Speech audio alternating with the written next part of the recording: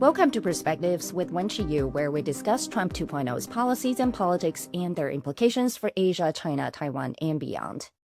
As the world watched NASA's Artemis 2 make history by sending humans around the far side of the moon and capturing new images of deep space, I'm speaking with Allen Fung, formerly with the Hong Kong Aerospace Technology Group, about China's emerging aerospace sector and the broader second space age.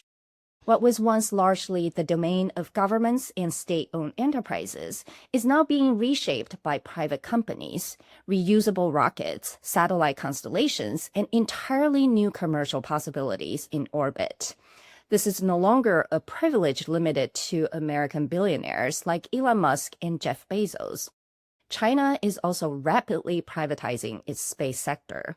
From the role of Hong Kong and the Greater Bay Area to the race toward low Earth orbit infrastructure, we will examine how space is becoming not only a scientific arena, but also a strategic, economic, and highly lucrative market. Let's hear Allen's perspective. So, Allen, we're talking about this at a very exciting time. On April 1st, NASA just successfully launched the Artemis 2 mission, sending 4 astronauts to a 10-day journey around the moon. The first time, I think it's a crewed mission to deep space in over 50 years. I believe the last time was 1972. Why is this significant? Well, first of all, space missions have always been like a dream for everybody who loves the aerospace industry. And space exploration with crewed mission is really significant because it broadens our horizon for the human race. It gives us hope that we may one day really venture outside to look for whatever it is in the outer space, no matter it is resources or new habitable planets or other celestial bodies. The moon is not a planet, but there are moons of Jupiter that may be harboring different forms of lives there. There is a belief that Europa may have some kind of life forms. That's kind of the euphoria about why manned space mission, people are really excited about that. How does China look at the launch of Artemis 2? Did you get a sense that the media was cheering for the successful launch of Artemis, or was it more cautious, or what is the sentiment over there? I think the sentiment is actually quite positive. It is not taken like as US win and China loses in the race, but more as a stimulation for the Chinese program to actually make faster progress to catch up with the mission to the moon. China does want to also get to the moon. And do you have a sense when that actually could happen? Well, I would say the 2030 timeline is still in place. China had already sent moon-faring missions before, also to the far side of the moon to pick up some samples before. That's also manned mission? It was not a manned mission, manned or unmanned mission, as long as the mission objective is to explore moon, because artificial intelligence and robotics are developing so quickly now. Many of the objectives can actually be achieved by robots with artificial intelligence. As you said, any manned mission is significant and means something different. So I do think if China one day was able to send a crewed mission to orbit the moon, that significance is much greater for sure. We want to talk about aerospace sector in China. It's a very competitive space now. Most people hear about Elon Musk. Most people hear about Blue Origin. So a lot of billionaires are involved, but it looks like China also has a burgeoning aerospace sector. I have always been amazed and interested in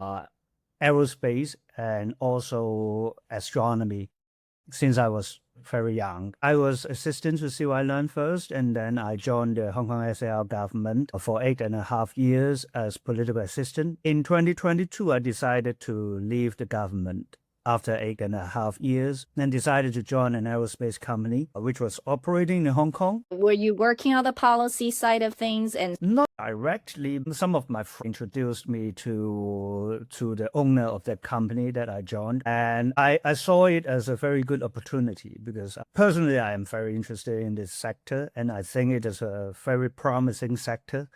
Of course, there are a lot of different companies taking a more speculative position in the sector. Hong Kong, we have some satellite applications and satellite communication in terms of broadcasting, the more conventional side of satellite businesses. What Elon Musk had shown the world was that with enhanced launching capability, we can do much more in space rather than just relying on geostationary orbit satellites. so you had mentioned that in 2015, Elon Musk's Falcon X sort of ushered in a new era. But how has that spread to Hong Kong or China? Back in 2015, when Elon Musk has successfully launched and recovered the first stage for the first time, China has opened the private market for rocket companies, because before 2015, it was just the state-owned enterprises and the government that are involved with the whole aerospace endeavors. What was the reason that they wanted to open the market to the private sector? One obvious reason is that the private sector is more willing to take risks. Government agencies and public organizations like NASA, JAXA, and CASC in China, they are pretty well funded and they have all the experts. But in terms of doing experiments on landing the first stage of the rocket, the company doing it actually has to take quite a substantial risk.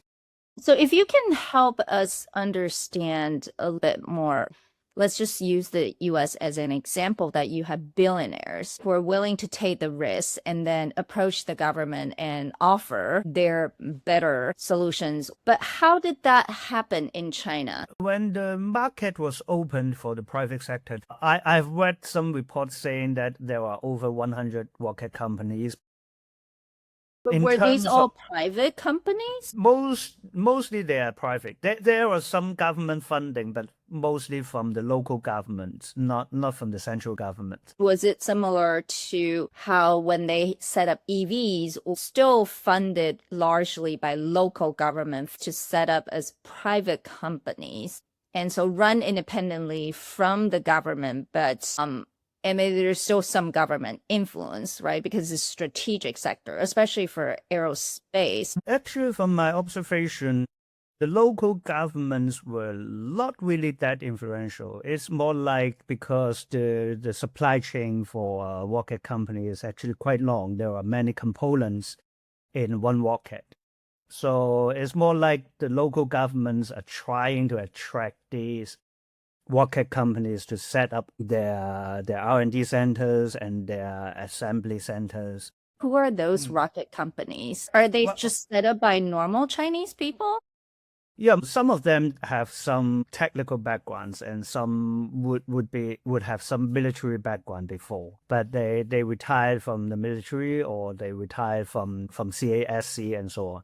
You can imagine before 2015 there was no private rocket companies in China, so the technical people, many of them had some form of military background, maybe not very high ranking. But they must have seen that there's a future market for that. Otherwise, it's very hard for me to imagine that you can work in that space outside of the government system. Well, actually, if you look at the United States, it is quite similar. Blue Origin, SpaceX, they are both private companies. Of course, SpaceX is a very big military contractor. Two of the biggest contract source for SpaceX are actually from NASA and DARPA of DoD. In China, I would say that the situation may be a little bit different, but a lot of the future source of income that they contemplate are from the private sector. There are a lot of different satellite internet constellations in planning. There are also other types of ventures like putting AIDC, the artificial intelligence data centers, into space. These are all very promising new kind of satellite applications that are going to happen in the coming decade. My question is, the government must have trusted the private sector enough, or they actually needed the private sector because it's very tied to national defense and military. The reason why they would open it up to the private sector, is it because of cost? Was it because of innovation? They were hoping it could be run more efficiently? Innovatively, and also more willing to take risks, I think is a very important factor in the consideration. And you can see that last December in 2025, Landspace was the first private rocket company that tested its first stage reusable rocket, Jutra 3, 3rd of December. 12 days later, CASC launched its non-March 12 rocket, which is also trying to do first stage reusability test. So the private sector has certainly sped up the process for testing of these.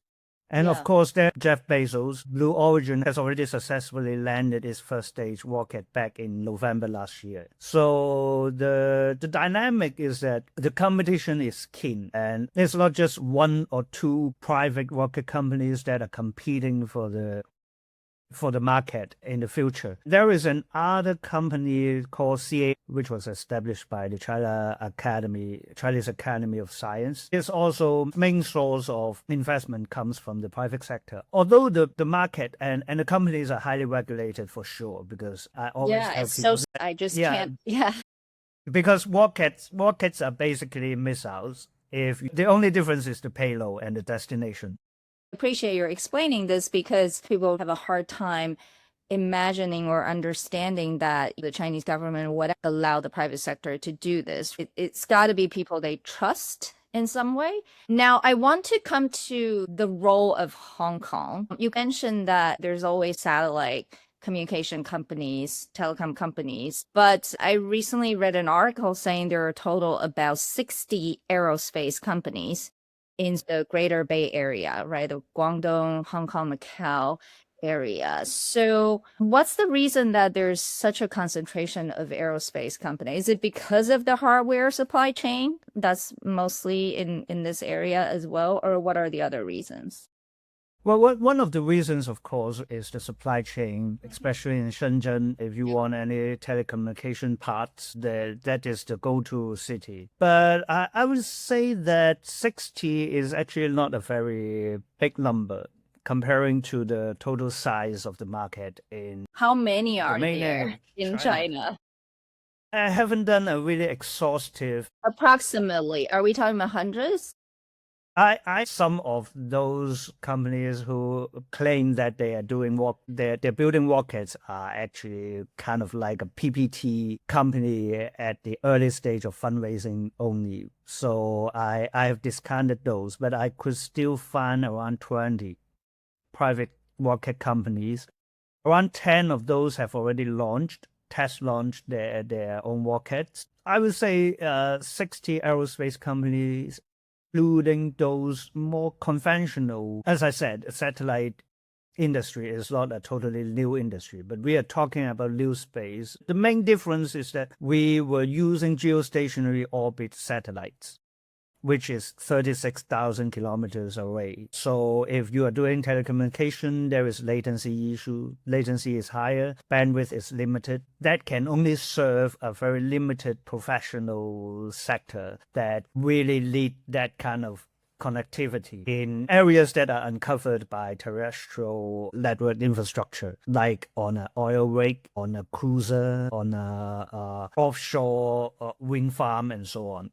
But when we move to low Earth orbit, because when the launch cost is substantially lowered by reusable rockets, now it is possible to actually launch swarms or constellations of satellites. We're talking about hundreds. And for Elon Musk, it's over 10,000 satellites we are talking about. So you cannot achieve that with one or two launches. You are going to have also hundreds or maybe even over 1,000 launch to really fulfill a whole constellation of thousands of satellites. So it's only feasible when reusable rockets are readily available for the sector. And I think that is one of the reasons why people are now really turning their attention to the aerospace sector. Yeah. So if Elon Musk is dominating this sector, and so why not just let him continue because they do it well? Well, even in the United States, Elon Musk is going to face other competition. Jeff Bezos is certainly going to speed up its scaling of its operation to get a piece of that market, because that market is huge. And also What we call the low Earth orbit economy. low Earth right? orbit. Actually, after that, it's not just low Earth orbit. Different Earth orbits have different utilizations. Low Earth orbit, of course, for telecommunication. And it's really mostly satellites. Mostly satellite. You can see that people are also talking about moving data center, power-hungry data centers to space to get direct access to solar energy. But at the same time, it provides a good environment for radiating heat, because on the ground, data centers are using 30 to 40% of its energy actually just to cool down the computing equipment. So moving data centers to space, especially for AI computing, actually makes a lot of sense. Has that happened yet? Well, some companies are already planning to do that, but No one has successfully set up a data center yet.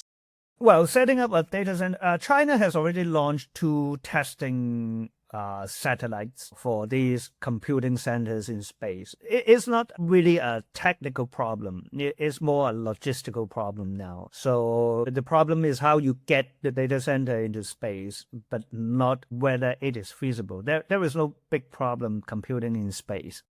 SpaceX or SpaceX has already announced that they are going to do it. Elon Musk just done an interview back in December saying that he is going to do it. And Google has also announced that they are developing their own TPU instead of GPU, but they have also ventured into space, and they should have some collaboration with SpaceX also.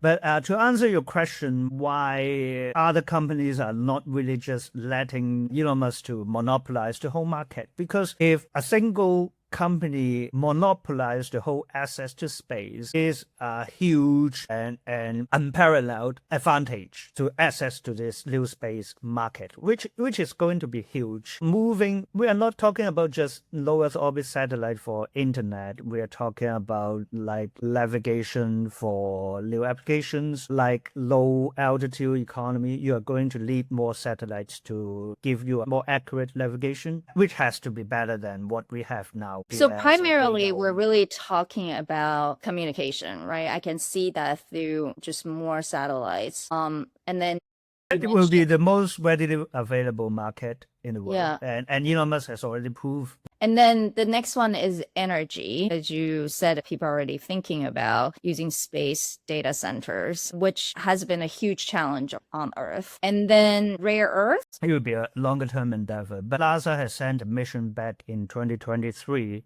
to the asteroid belt, which is between the orbit of Mars and Jupiter. And the asteroid belt has over 1 million asteroids, some believed to be the remnants of some broken apart protoplanets. And some of these asteroids are actually believed to be the core of these broken protoplanets. And as you know, during planet formation, heavier elements sink to the core. So on Earth, actually, we also have those elements, heavier elements, but they all sink, most of them sink into our core, and we don't have access to that. The deepest hole human beings have ever bored is only 12 kilometers deep. We haven't even touched the mantle. On Earth, right? On Earth, yeah. We haven't even touched the mantle, let alone the core. So, but there are these asteroids, which are believed to be remnants of these protoplanets, that can have a whole asteroid from the core of these dead planets. Because they were just like, they exploded, they were just remnants, so they were just kind of like floating. In the early formation of the solar system, orbits of the protoplanets were not stable, so there were crashes, collisions between these bodies, and some of those broke apart. Scientists believe that our moon was a protoplanet that smashed into Earth, and then some of those components bounce back and then congregate and become our moon. People believe there are a lot of rare earths on the moon as well, right?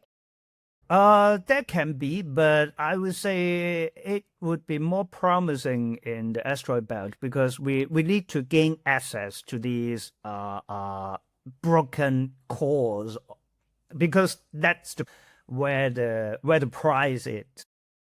The mission that NASA sent in 2023 is to an asteroid called 16 Psyche. Is around 250 kilometers by 150 kilometers.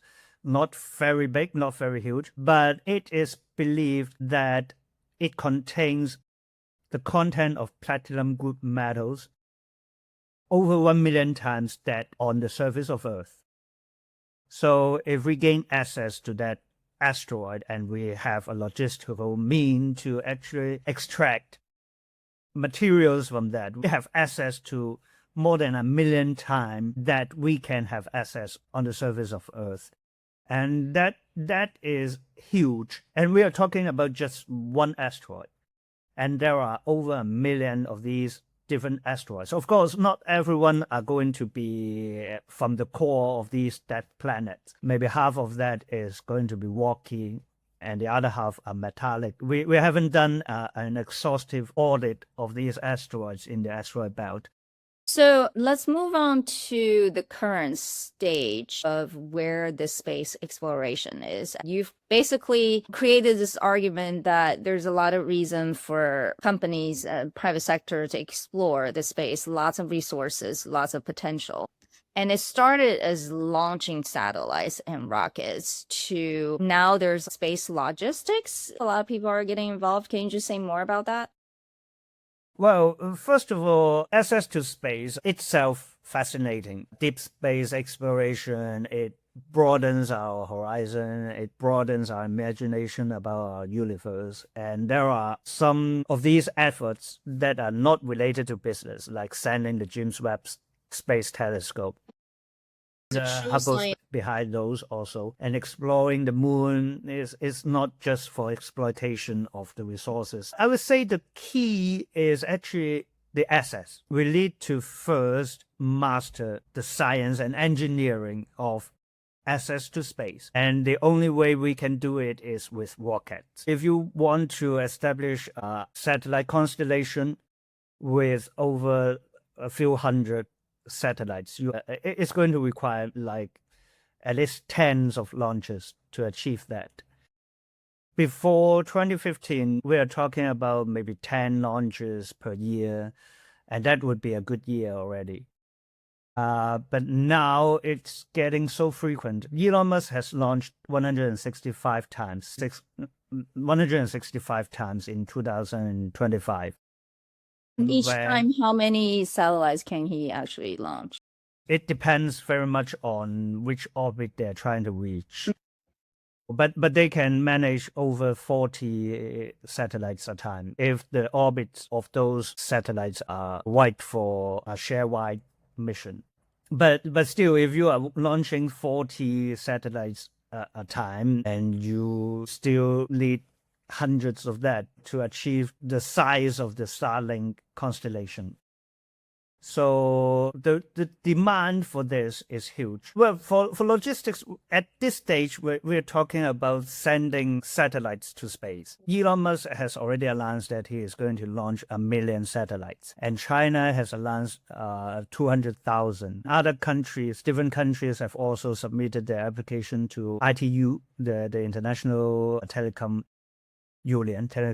Union. When we are talking about satellites, we usually think about it like they are transmitting something back to Earth, doing terrestrial communication.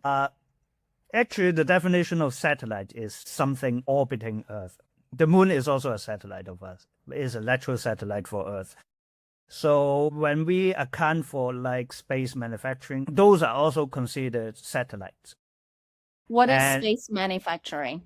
space manufacturing, if you want to build a data center in space, it's very likely that you are going to manufacture chips in space. We are not just sending semiconductors into space. We will likely build semiconductors in space itself, falling back to Earth.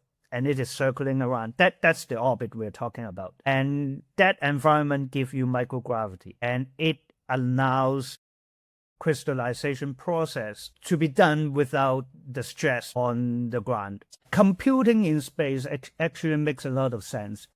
First of all, you have direct access to solar energy that is not attenuated by our atmosphere, and you get 24/7 sunlight in orbit in space, especially higher orbit. So you don't need to send a nuclear power plant to space to power that data center. And also, as I said, you can radiate the heat away. You don't need to ventilate the heat away like on the surface of Earth. And that saves another big chunk of energy. So, of course, the CapEx of sending these data centers to space would be bigger than just do it on the surface of Earth. Two parts, right? The first part is satellite, spacecraft, and space instruments all rely on chips for power management, communication, sensors, and onboard computing. So it makes a lot of sense if there's some kind of semiconductor chips that could be manufactured specifically for space. The other part, which I really want to dig deeper into, is semiconductors can be made in space. Probably very few people would imagine that could be done, but sounds like it's already being developed. And there are even a few companies and research programs are exploring this possibility. So can you share with us, right, first, why would people think about manufacturing semiconductors in space? Well, first of all, because the semiconductors we are using now are silicon-based,